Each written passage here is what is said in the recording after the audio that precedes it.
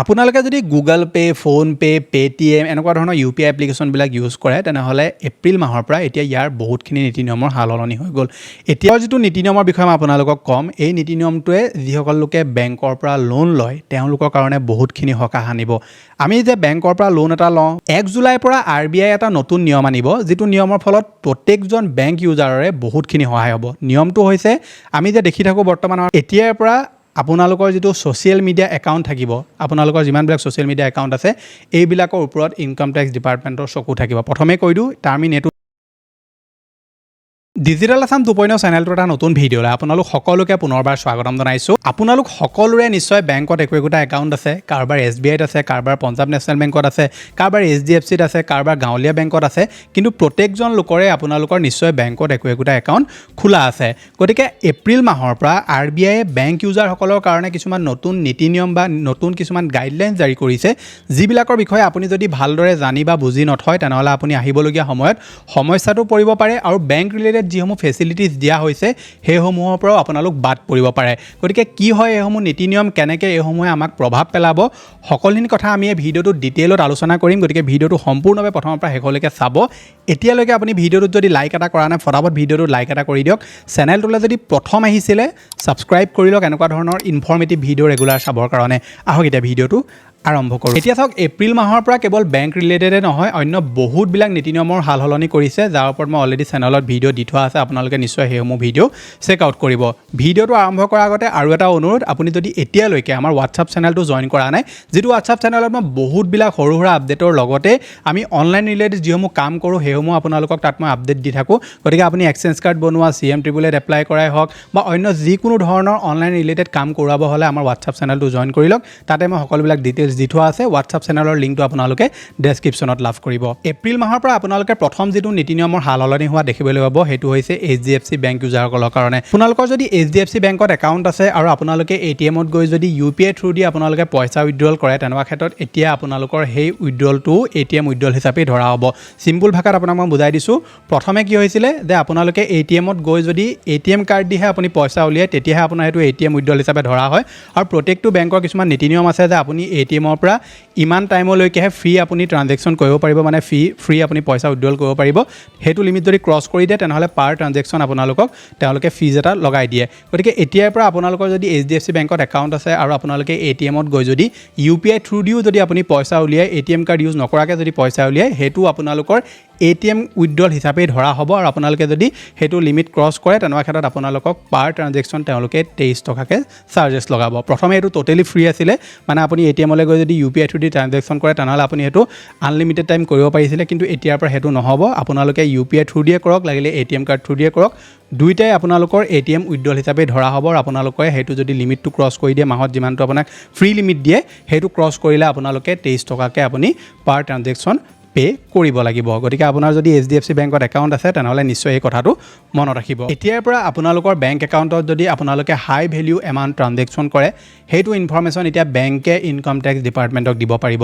মানে আপোনাৰ যিটো ছেভিংছ একাউণ্ট থাকে তাত যদি আপুনি 10 লাখ টকা বা তাতকৈ ওপৰত যদি আপুনি উইথড্ৰল বা ডিপ'জিট কৰে, বা আপোনালোকৰ যিটো কাৰেণ্ট একাউণ্ট আছে তাত যদি আপুনি 50 লাখ টকা বা তাতকৈ ওপৰত যদি আপুনি ডিপ'জিট বা উইথড্ৰল কৰে, তেনেকুৱা ক্ষেত্ৰত আপোনালোকৰ সেই ইনফৰ্মেশ্যনটো বেংকে ইনকাম টেক্স ডিপাৰ্টমেণ্টক দিব পাৰে। আৰু আপোনালোকৰ সেই যিটো ট্ৰানজেকশ্যন থাকিব সেইটো ইনকাম টেক্স ডিপাৰ্টমেণ্টে চালি জাৰি চাব।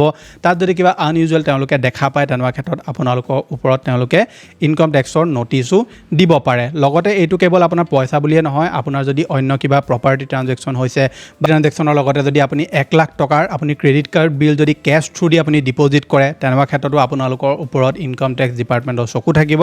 আৰু আপোনালোকৰ যদি সেই ট্ৰানজেকশ্যনটোত কিবা খেলি মেলি পায় তেনেকুৱা ক্ষেত্ৰত আপোনালোকৰ ওপৰত ইনকাম টেক্স ডিপাৰ্টমেণ্টৰ নটিচ আহিব পাৰে। গতিকে আপোনালোকে এতিয়া ট্ৰানজেকশ্যন কৰোঁতে অলপ সাৱধান হ'ব। আৰু যদি আপুনি খেলি মেলি কৰে তেনেকুৱা ক্ষেত্ৰত আপোনালোকে নিশ্চয় ইনকাম টেক্স ডিপাৰ্টমেণ্টৰ নটিচ লাভ কৰিব পাৰে। পিছৰ যিটো আপডেট এইটো ইনকাম টেক্স ডিপাৰ্টমেণ্টৰ লগত ৰিলেটেড, আৰু এইটো শুনাৰ পাছত আপোনালোক অলপ ছিকিউৰ হ'ব লাগিব। এতিয়াৰ পৰা আপোনালোকৰ যিটো ছ'চিয়েল মিডিয়া একাউণ্ট থাকিব, আপোনালোকৰ যিমানবিলাক ছ'চিয়েল মিডিয়া একাউণ্ট আছে এইবিলাকৰ ওপৰত ইনকাম টেক্স ডিপাৰ্টমেণ্টৰ চকু থাকিব। প্ৰথমে কৈ দিওঁ, তাৰ মিন এইটো নহয় যে আপোনালোকৰ বোলে ইনকাম টেক্স ডিপাৰ্টমেণ্টে ছ'চিয়েল মিডিয়া একাউণ্টটোৱে হেক কৰি ল'ব বা পাছৱৰ্ড লৈ ল'ব, আপোনালোকে কালে মেছেজ কৰিছে, কি কৰিছে সেইবিলাক চাব, তেনেকুৱা নহয়। ধৰি লওক আপোনালোকে যিটো RTI ফাইল কৰিছে, RTI ফাইলৰ যিটো এমাউণ্ট আপোনালোকে ফাইল কৰিছে, আপোনালোকে তাতকৈ যদি লাক্সাৰিয়াছ লাইফ এটা জীয়াই আছে, মানে ধৰি লওক আপুনি ৰেগুলাৰ একদম ফৰেন ট্ৰিপ কৰি আছে, লগতে আপোনালোকে একদম লাক্সাৰি গাড়ী লৈছে, বোলে ইনকাম টেক্স ফাইল আপুনি কৰিছে 10 লাখ টকা আৰু আপুনি গাড়ী লৈছে 60-70 লাখ টকা, লগতে আপোনালোকে একদম ফৰেন ট্ৰিপ কৰিছে, লাক্সাৰিয়াছ বস্তু লৈ ঘূৰি ফুৰিছে, ইনষ্টাগ্ৰামত একদম হাই প্ৰফাইল লাইফ এটা দেখুৱাই আছে, তেনেকুৱা ক্ষেত্ৰত আপোনালোকৰ ওপৰত তেওঁলোকৰ চকু থাকিব আৰু তেওঁলোকে আপোনালোকৰ ওপৰত পাৰ্মিশ্যন লৈ আপোনাৰ যিটো ছ'চিয়েল মিডিয়া একাউণ্ট আছে সেইটো তেওঁলোকে চেক কৰিব পাৰে। গতিকে এইটো এনেকুৱা নহয় যে আপুনি ফটো দিলে বুলিয়ে তেওঁলোকে আপোনাৰ একাউণ্টটোত একদম চকু দিব, তেনেকুৱা নহয়। যদি কিবা ধৰি লওক তেওঁলোকে ইলিগেল টাইপ দেখে বা তেওঁলোকে যদি দেখে যে আপুনি ইনকাম টেক্স যদি খেলিমেলি কৰিছে, তেনেকুৱা ক্ষেত্ৰত তেওঁলোকে আপোনালোকৰ ওপৰত একশ্যন ল'ব আৰু আপোনাৰ যিটো ছ'চিয়েল মিডিয়া একাউণ্ট থাকিব সেইটোৰ ওপৰতো তেওঁলোকৰ চকু থাকিব। তেওঁলোকৰ স্কেন কৰা যিটো পাৰ্মিশ্যন সেইটো তেওঁলোকে লৈ আপোনালোকৰ ছ'চিয়েল মিডিয়াত আপুনি ধৰি লওক যিবোৰ ফটো আপলোড কৰিছে, কি কৰিছে, সকলোবিলাক তথ্য তেওঁলোকে চালি জাৰি চাব পাৰিব। গতিকে এতিয়াৰ পৰা আপোনালোকে ছ'চিয়েল মিডিয়াত যদি ধৰি লওক আগতে বোলে ফেক কিবা ফটো, কিবা ধৰি লওক বেলেগৰ গাড়ী লৈ আপুনি একদম ফটো মাৰি দিছে বা লাক্সাৰিয়াছ লাইফ এটা আপুনি দেখুৱাই থাকিছে, তেনেকুৱা ক্ষেত্ৰত আপুনি অলপ সাৱধান হ'ব, কাৰণ এতিয়াৰ পৰা আপোনাৰ একাউণ্টটোত ইনকাম টেক্স ডিপাৰ্টমেণ্টৰো চকু থাকিব। পিছৰ যিটো আপডেট এইটো হৈছে জিৰ' বেলেঞ্চ একাউণ্ট থকা লোকসকলৰ কাৰণে। যাৰ জিৰ' বেলেঞ্চ একাউণ্ট আছে তেওঁলোকৰ কাৰণে কিছুমান ভাল খবৰ আহিছে। প্ৰথমটো খবৰ হৈছে যে এতিয়াৰ পৰা আপোনালোকে আনলিমিটেড আপুনি কেছ ডিপ'জিট কৰিব পাৰিব, তাত কোনো ধৰণৰ আপোনাৰ চাৰ্জেছ নাথাকিব। ফ্ৰী ATM ডেবিট কাৰ্ড আপোনালোকে লাভ কৰিব, কোনো ধৰণৰ এনুৱেল চাৰ্জেছ আপোনাৰ নাথাকিব। ফ্ৰী চেকবুক আপোনালোকে লাভ কৰিব পাৰ ইয়েৰ। ফ্ৰী ডিজিটেল পে'মেণ্ট কৰিব পাৰিব, মানে কোনো হিডেন চাৰ্জেছ নাথাকিব। আগতে ধৰি লওক ডিজিটেল পে'মেণ্ট কৰিলে ক'ৰবাত হিডেন চাৰ্জেছ লাগি যায়, এতিয়াৰ পৰা সেইসমূহ আপোনাৰ নাথাকিব।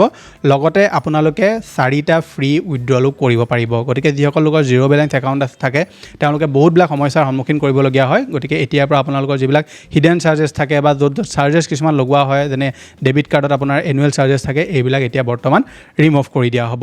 1 জুলাইৰ পৰা RBI এটা নতুন নিয়ম আনিব, যিটো নিয়মৰ ফলত প্ৰত্যেকজন বেংক ইউজাৰৰে বহুতখিনি সহায় হ'ব। নিয়মটো হৈছে, আমি যে দেখি থাকোঁ বৰ্তমান আমাৰ ভাৰতবৰ্ষত ৰেগুলাৰ বুলি আপুনি ক'ব পাৰে ডিজিটেল স্কেম, ডিজিটেল ফ্ৰড যে চলি থাকে, মানুহৰ একাউণ্টৰ পৰা পইচা লৈ গুচি যায়, OTP দি পইচা লৈ গুচি যায়, কিবা লিংকত ক্লিক কৰে পইচা লৈ গুচি যায়, আৰু যেতিয়া আমি পইচাটো বিচাৰি বেংকলৈ যাওঁ, বেংকেও আমাক সেই পইচাটো ঘূৰাই দিবলৈ তেওঁলোকে অমান্তি হয়। কেতিয়াবা আমি পইচাটো ঘূৰাই পাওঁ, কেতিয়াবা আমি নেপাওঁ। মানে প্ৰায়বিলাক ক্ষেত্ৰত আমি দেখিবলৈ পাওঁ যে পইচাটো আপোনাৰ ঘূৰাই অহাটো অলমষ্ট ইম্পচিবল হৈ যায়।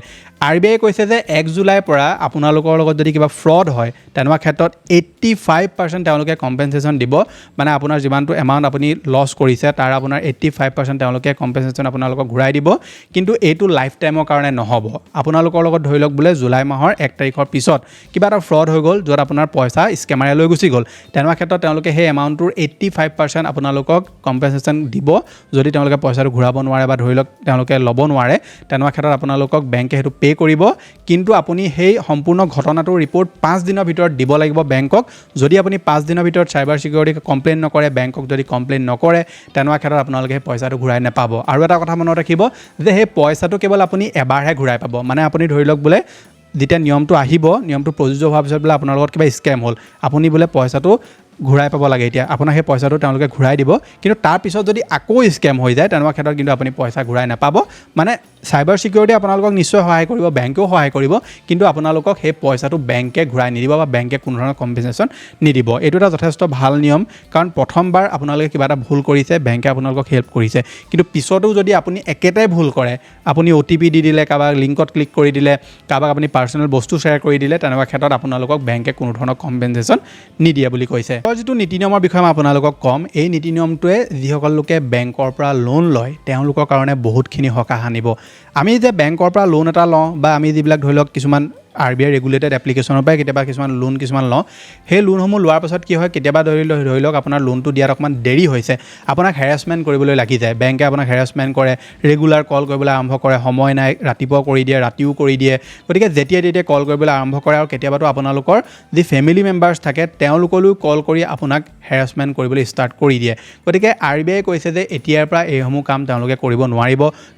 কাকো তেওঁলোকে হেৰাছমেণ্ট কৰিব নোৱাৰিব, কাৰো পাৰ্চনেল স্পেচত তেওঁলোক সোমাব নোৱাৰিব কাৰো পাৰ্চনেল ধৰি লওক ফেমিলি মেম্বাৰক তেওঁলোকে কল কৰি এইবিলাক কথা জনাব নোৱাৰিব লগতে এটা সময় বান্ধি দিছে বেংকক সেই সময়টোৰ ভিতৰতে কল কৰিবলৈ কৈছে তেওঁলোকে যদি এই নীতি নিয়মসমূহ ফ'ল' নকৰে তেনেকুৱা ক্ষেত্ৰত RBI বেংকসমূহৰ ওপৰত বা সেই সম্পূৰ্ণ অৰ্গেনাইজেশ্যনটোৰ ওপৰত তেওঁলোকে পেনাল্টি লগাব বুলি কৈছে আৰু লগতে তেওঁলোকৰ লাইচেন্সো ৰদ হ'ব বুলি কৈছে গতিকে আপোনালোকে যদি বেংকৰ পৰা লোন লয় আৰু কিবা কাৰণত যদি আপোনালোকৰ ধৰি লওক পইচাটো আপুনি দিব পৰা নাই অলপ দেৰি হৈছে তেনেকুৱা ক্ষেত্ৰত আপোনাক হেৰাছমেণ্ট কৰিব নোৱাৰিব মানে ফোনটোতো কৰিবই নিশ্চয় আপোনাক কিন্তু হেৰাছমেণ্ট কৰিব নোৱাৰিব দিন ৰাত আপোনাক কল কৰিব নোৱাৰিব বা আপোনাৰ ফেমিলি মেম্বাৰৰ ফোন নম্বৰ লৈ বা ফেমিলি মেম্বাৰক তেওঁলোকে আপোনাৰ কথা ক'ব নোৱাৰিব এইসমূহ যদি কৰে আৰু আপুনি কমপ্লেইন কৰে তেনেকুৱা ক্ষেত্ৰত বেংকে তেওঁলোকক RBI সেই বেংকসমূহৰ ওপৰত পেনাল্টি লগাব বুলি কৈছে আপোনালোকে যদি গুগল পে' ফোনপে' পে'টিএম এনেকুৱা ধৰণৰ UPI এপ্লিকেশ্যনবিলাক ইউজ কৰে তেনেহ'লে এপ্ৰিল মাহৰ পৰা এতিয়া ইয়াৰ বহুতখিনি নীতি নিয়মৰ সালসলনি হৈ গ'ল এতিয়াৰ পৰা আপোনালোকে যদি এটা হাই এমাউণ্ট ট্ৰানজেকশ্যন কৰে